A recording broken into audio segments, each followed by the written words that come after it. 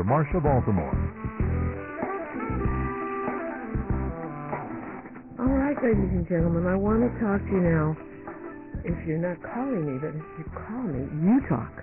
1-800-336-2225. Well, I don't hear anybody calling, so I'm going to talk to you about night driving a little bit. What could you use instead of your horn? Because your horn honk at night may be startling to another driver. So what could you do? You could use your headlights. You can pat the brake so that the headlight goes on and off for the fellow in front of you, and the rear lights of your car go on and off for the fellow behind you.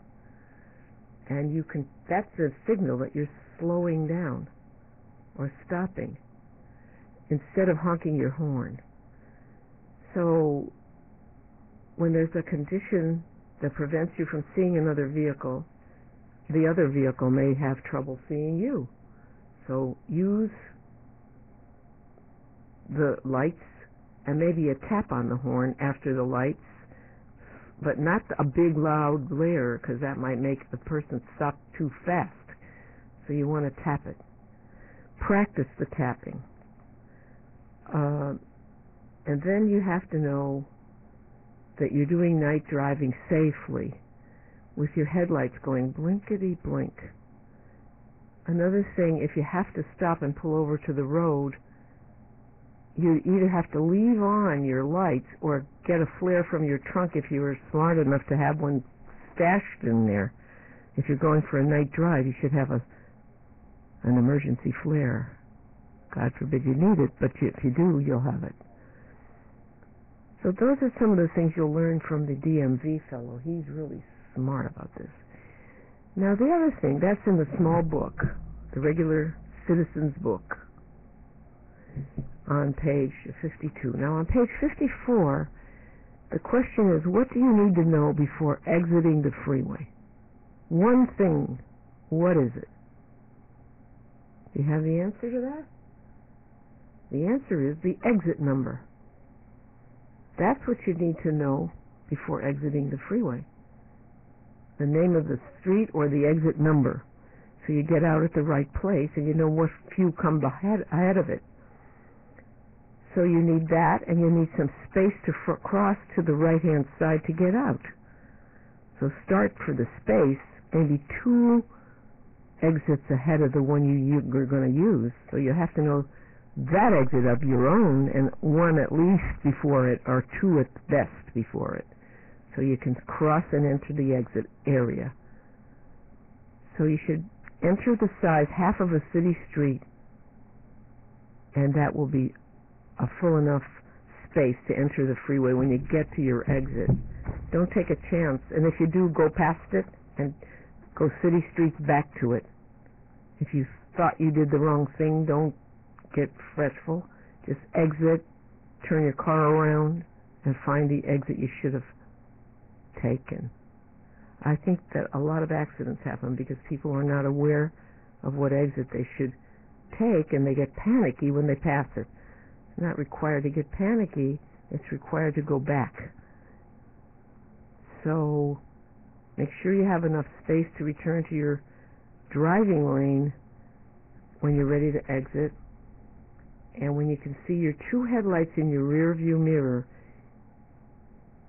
you know you have enough room to pass the car to your right. 2, not 1 headlight, 2. So do not speed up to pass a truck. Do not speed up to pass a car. And here is your true question. See how good of a driver you could be in California. When is a collision not an accident? When is a collision not an accident? The answer is when someone is at fault, and collisions are usually with someone at fault. They are not accidents. So don't be a hazmat, a hazardous material on the road. Be careful. Signal to your fellow drivers that you're going to exit at least 2 car lengths ahead of the exit, and then do what you're supposed to do about the exit with the lights. Now, I think I have the highlights done for you. I'm not sure, so call me up if you want more highlights. 1-800-336-2225, and we'll talk some more. On page 53 of this book, it tells you who is a problem driver, so you can follow your distance and allow a bigger space cushion for the drivers who could be dangerous, hazmats. These are the types of people who will be presenting your dangers. Drivers who cannot see you because their view is blocked by trees, buildings, or other cars. Well, not on the freeway, this is on the street. Drivers backing out of driveways or parking space with the vehicle's windows covered by snow. We don't have that in California, but they certainly have it in Massachusetts and New Hampshire. Drivers who pass you when there's a curb or an oncoming vehicle ahead. Very careful of that. Let them go. Don't race. And drivers about to be forced into your lane to avoid a vehicle, to avoid a pedestrian, to avoid a bicyclist, to avoid an obstruction, or because there's fewer lanes and they're merging by the print on the street, on the highway, on the freeway. It's also possible that a problem pedestrian with an umbrella in front of her face or his face can interfere. Distracted people, confused people, tourists with an out-of-state plate. Come to